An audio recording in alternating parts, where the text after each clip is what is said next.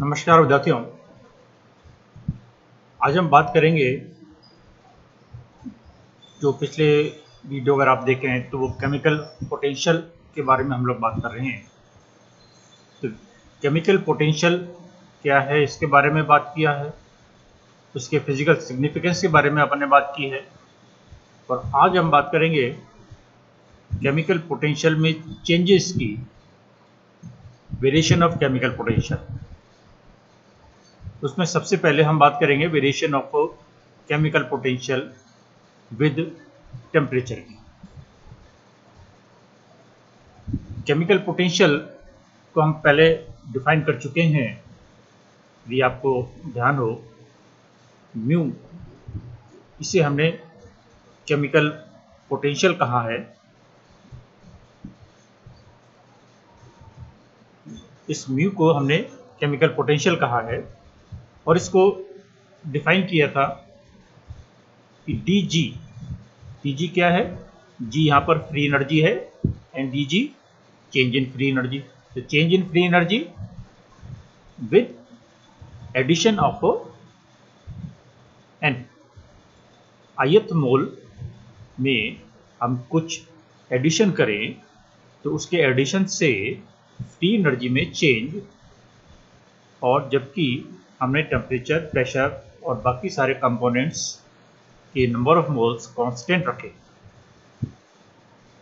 तो change in free energy with respect to addition of n, ये chemical potential है। इसके बारे में हम पहले बात कर चुके हैं। केमिकल पोटेंशियल के बारे में जब हमने बात किया था तो वहां पर हमने इस इक्वेशन को भी देखा था, dg upon dt equal to minus s, change in free energy with respect to temperature at constant pressure n1 and n2 etcetera. इसको हमने माइनस s डिफाइन किया था। इसके बारे में भी हम पहले वीडियो में बात कर चुके हैं।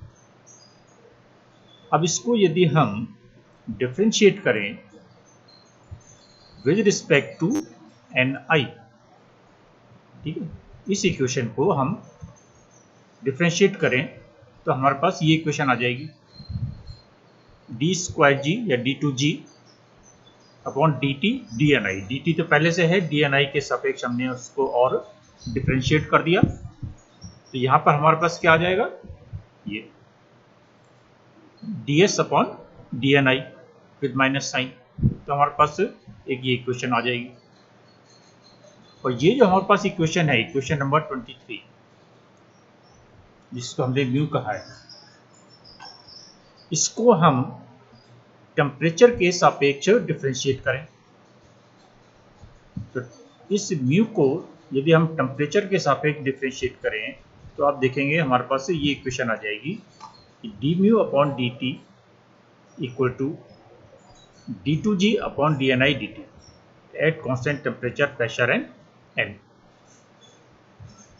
तो यहां पर हमने d2g अपॉन dni dt, और देखिए ये दोनों बराबर हैं, ठीक है, एक ही इक्वेशन हम निकाल रहे हैं या एक ही रिलेशन निकाल रहे हैं। तो इसका मतलब हम इन दोनों इक्वेशंस को कंपेयर कर सकते हैं। तो 24 और 25 यदि इन दो इक्वेशंस को हम कंपेयर करें तो हमारे पास क्या आएगा, ये दोनों d2g के लिए हैं, इसका मतलब कि d mu i upon dt ये किसके बराबर हो जाएगा, इसके बराबर हो जाएगा। तो हमारे पास रिलेशन आ जाएगा d mu i upon dt at constant pressure and temperature equal to minus ds upon dni। और ये क्या है, change in entropy with respect to ni। इसको हम क्या बोलेंगे, ये पार्शियल मोलर प्रॉपर्टी हो गया, तो पार्शियल मोलर एंट्रोपी हो जाएगा। तो इसका मतलब हमारे पास ये एक रिलेशन आ जाएगा जो हमें क्या बता रहा है कि change in chemical potential mu I with respect to temperature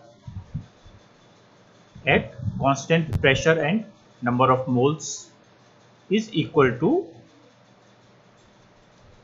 partial molar entropy. यहां से हमारे पास हम इस तरीके से डिफाइन कर सकते हैं क्या कि variation of mu I with temperature at constant pressure, इसको हम डिफाइन कर सकते हैं। ऐसा ही क्या है पार्शियल मोलर एंट्रोपी किसी भी सब्सटेंस की। तो हमारे पास हो जाएगा, और ये क्योंकि माइनस साइन में है तो माइनस का मतलब डिक्रीज इन किसमें कि केमिकल पोटेंशियल डिक्रीज करता है। तो chemical potential decreases with increase in temperature, ठीक है। और वो डिक्रीज किसके बराबर होगा, पार्शियल मोलर एंट्रोपी के। यहां पर फिर हम एक डेफिनेशन या एक रिलेशन ये भी आता है कि टेम्परेचर इफेक्ट में भी एक्सप्रेस इस तरीके से, जिसे हम गिब्स हेल्महोल्ट्ज इक्वेशन के नाम से जानते हैं। तो mu I upon T upon D T equal to minus H I bar यानी enthalpy, partial molar enthalpy divided by T square. तो ये एक थर्मोडायनेमिक रिलेशन हमारे पास पहले से मौजूद है।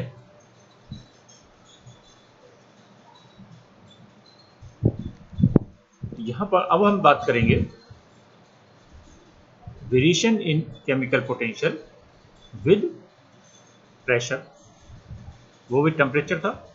अब हम बात करें विद प्रेशर की। तो केमिकल पोटेंशियल को हमने किस तरीके से डिफाइन किया है, mu I equal to D G upon D N I, इस तरीके से। उसी तरीके से हम चलें, अब यहाँ पर हम इसका डिफ्रेंसिएशन करें विद रिस्पेक्ट टू प्रेशर, तो हमारे पास ये इक्वेशन आ जाती है, ठीक है। D mu I upon D P change in chemical potential with pressure, इसको हम इस तरीके से परिभाषित कर सकते हैं या लिख सकते हैं। और दूसरी तरफ हम पहले ही ये इक्वेशन निकाल चुके हैं कि D G upon D P change in free energy with pressure, इसको हम वॉल्यूम के बराबर पहले निकाल चुके हैं।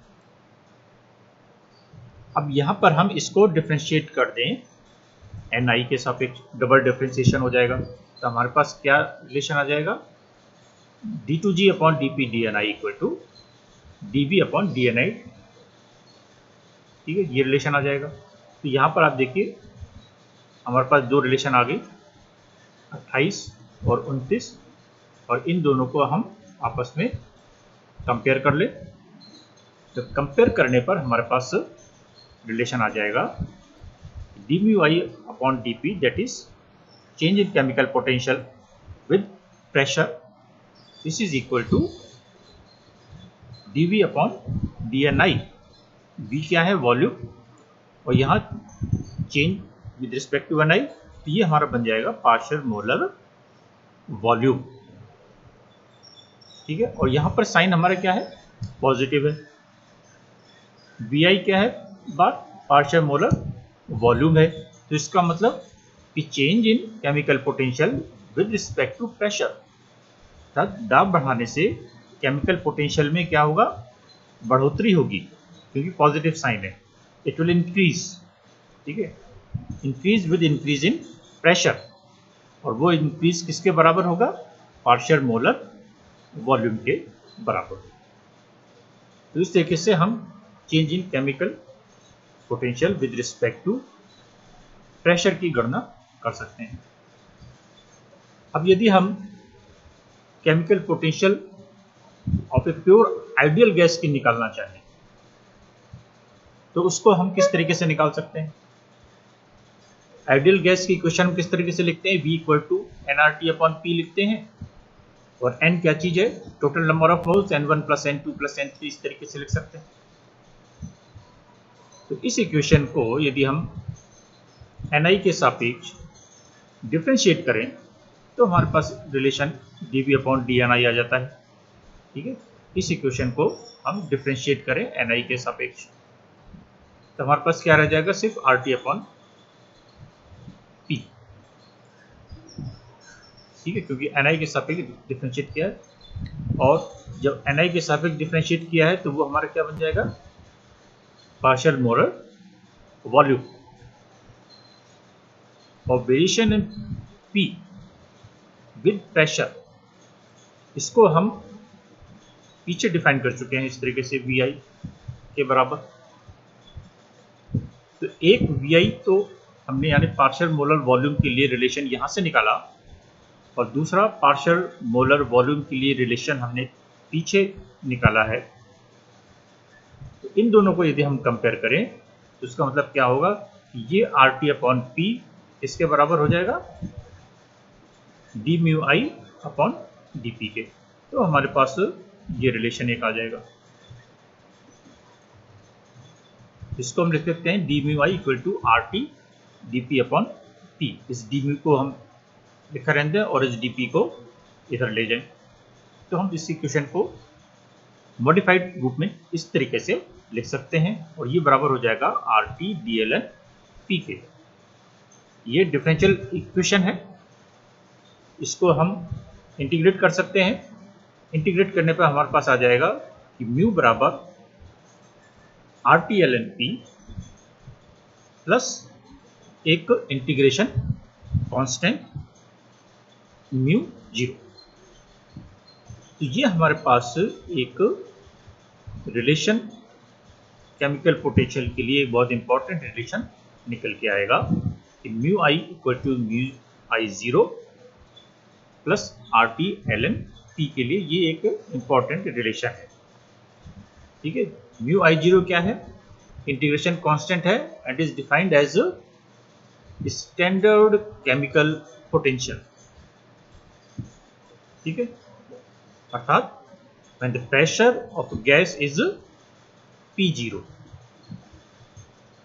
that is standard pressure। और स्टैंडर्ड प्रेशर कितना, 101 किलो पास्कल। ठीक है, तो वो हमारा स्टैंडर्ड केमिकल पोटेंशियल हो जाएगा। तो ये जो हमारी इक्वेशन निकल के आती है, ये हमें क्या बताती है कि एट गिवन टेम्परेचर, किसी एक पर्टिकुलर टेम्परेचर पर, pressure is a measure of chemical potential of A gas. यहाँ पर आप इस इक्वेशन में देखें तो यहाँ पर इस इक्वेशन में जो कि हमने केमिकल पोटेंशियल के लिए लिखी है, यहाँ पर सिर्फ P है वेरिएबल। ठीक है, T को हमने पहले, R तो कांस्टेंट है ही, T को भी हम कांस्टेंट मान रहे हैं एट कांस्टेंट टेम्परेचर, तो सिर्फ प्रेशर ही एक वेरिएबल रह जाएगा। तो ऐसे केस में हम कह सकते हैं कि किसी भी गैस का केमिकल पोटेंशियल म्यू आई, उसको निकालने के लिए हमें प्रेशर की जरूरत पड़ेगी, यानी डिपेंड्स ऑन P। तो P is a measure of chemical potential.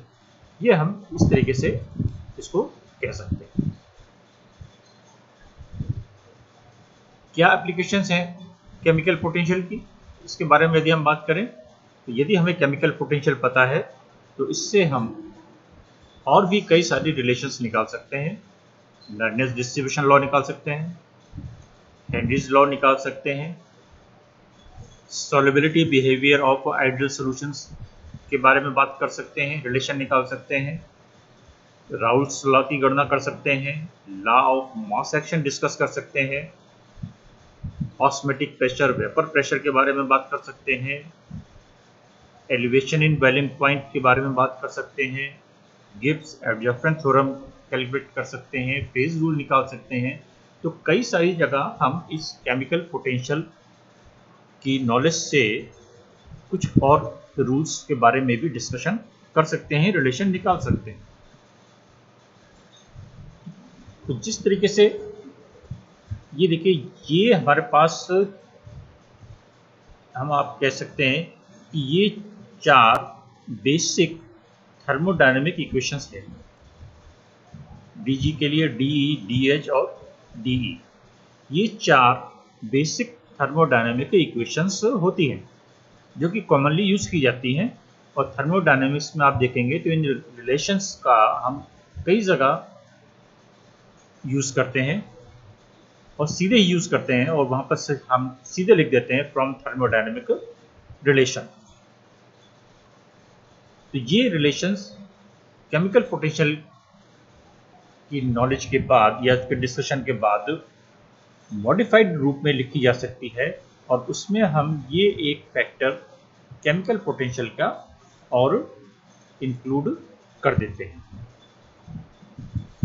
ये यहाँ पर Ni है, गलत लिख गया है, ठीक है, mu I D N I. तो ये एक थर्ड टर्म यहाँ पर और इंक्लूड कर सकते हैं, और ये जो हमारे पास 4 बेसिक थर्मोडायनेमिक इक्वेशंस हैं, इनको हम और मॉडिफाइड रूप में लिख सकते हैं।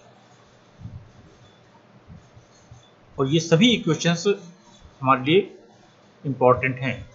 बेसिक इक्वेशंस तो हैं, और ये केमिकल पोटेंशियल को इंक्लूड करके लिए भी जो हमारे पास इक्वेशन आती है वो भी काफ़ी इम्पॉर्टेंट है।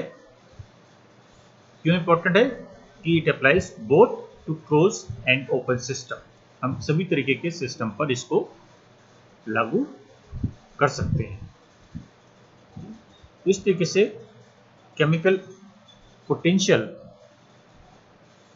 इसके बारे में हमने बात की, क्या है उसके फिजिकल सिग्निफिकेंस के बारे में बात की, उसके वेरिएशंस के बारे में बात की, और उसके क्या केमिकल पोटेंशियल के एप्लीकेशंस हैं उसके बारे में हम लोगों ने एक छोटा सा डिस्कशन 2-3 वीडियो में किया।